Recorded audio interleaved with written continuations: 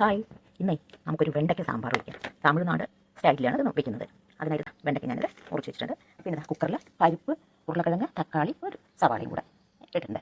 പിന്നെ ഇതാ ഒരു പച്ചമുളകും കരിവേപ്പിലയും കൂടെ ഇട്ട് കൊടുക്കാം. എന്നിട്ട് ഇത് ആദ്യം നമുക്കൊന്ന് വേവിച്ചെടുക്കാം. കുറച്ചതിൽ കുറച്ച് കായപ്പൊടി മണത്തിന്, പിന്നെ കുറച്ചും കൂടെ നമുക്ക് ഇടാം. പിന്നെ ആച്ചി സാമ്പാർ പൊടി കൊണ്ടാണ് ഞാനിത് ഉണ്ടാക്കുന്നത്. കുറച്ച് ഉപ്പും ഇട്ട് കുറച്ച് മഞ്ഞൾപ്പൊടിയും കൂടെ, കുറച്ച് മഞ്ഞൾപ്പൊടി നമുക്ക് ഇതിലിട്ടിട്ട് അതൊന്ന് വേവിച്ചെടുക്കാം. പിന്നെ ഈ വെണ്ടയ്ക്ക ഉണ്ടല്ലോ, ഇത് വഴറ്റേണ്ട ഒരു ആവശ്യമില്ല. ഇങ്ങനെ പുളി നമ്മൾ എന്തായാലും സാമ്പാർ നമ്മൾ പുളി ഒഴിക്കും. അപ്പോൾ നമുക്കിതിൽ ഈ പുളിവെള്ളത്തിൽ ഈ വെണ്ടയ്ക്ക കുറച്ച് നേരം ഇട്ട് വെച്ചാൽ അതിൻ്റെ വഴുവഴുപ്പൊക്കെ മാറും. എന്നിട്ട് നമുക്ക് നേരെ സാമ്പാറിലേക്ക് എടുത്തിടാം. നമുക്ക് എല്ലാം വെന്തതാണ്, ഉരുളക്കിഴങ്ങും തക്കാളിയും എല്ലാം വെന്തത്. ഇനി നമുക്കിതിലേക്ക് ഞാനത് കുക്കറിന് ചട്ടിയിലേക്ക് മാറ്റിയതാണ് കേട്ടോ. ഇനി നമുക്കിതിൽ ആ വെണ്ടയ്ക്ക വെച്ചിട്ട് ഒരു വഴുവഴുപ്പം ഉണ്ടാവില്ല. ഇനി അതൊന്ന് നമുക്ക് വേവിച്ചെടുക്കാം.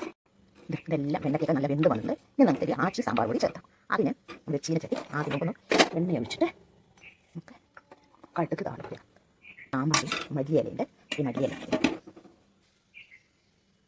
കടുക് വെച്ചിട്ട്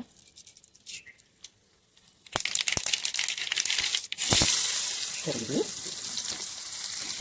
കരിവേപ്പില, കുറച്ച് ഉലുവപ്പൊടി, ഇതല്ലോ ആച്ചിയുടെ സാമ്പാർ പൊടിയാണ്. അത് ഞാൻ 2 സ്പൂണ് തീ കുറച്ച് വെച്ചിട്ടാണ് തക്കട കഴിഞ്ഞ് പോകും. നല്ല എണ്ണയിൽ മൂപ്പിക്കുക. അതിൻ്റെ കൂടെ നമുക്ക് കുറച്ച് ഗ്രേവി ചാറൊക്കെ വേണം. നമുക്ക് മല്ലിപ്പൊടിയും കൂടെ ചേർത്ത് കൊടുക്കാം.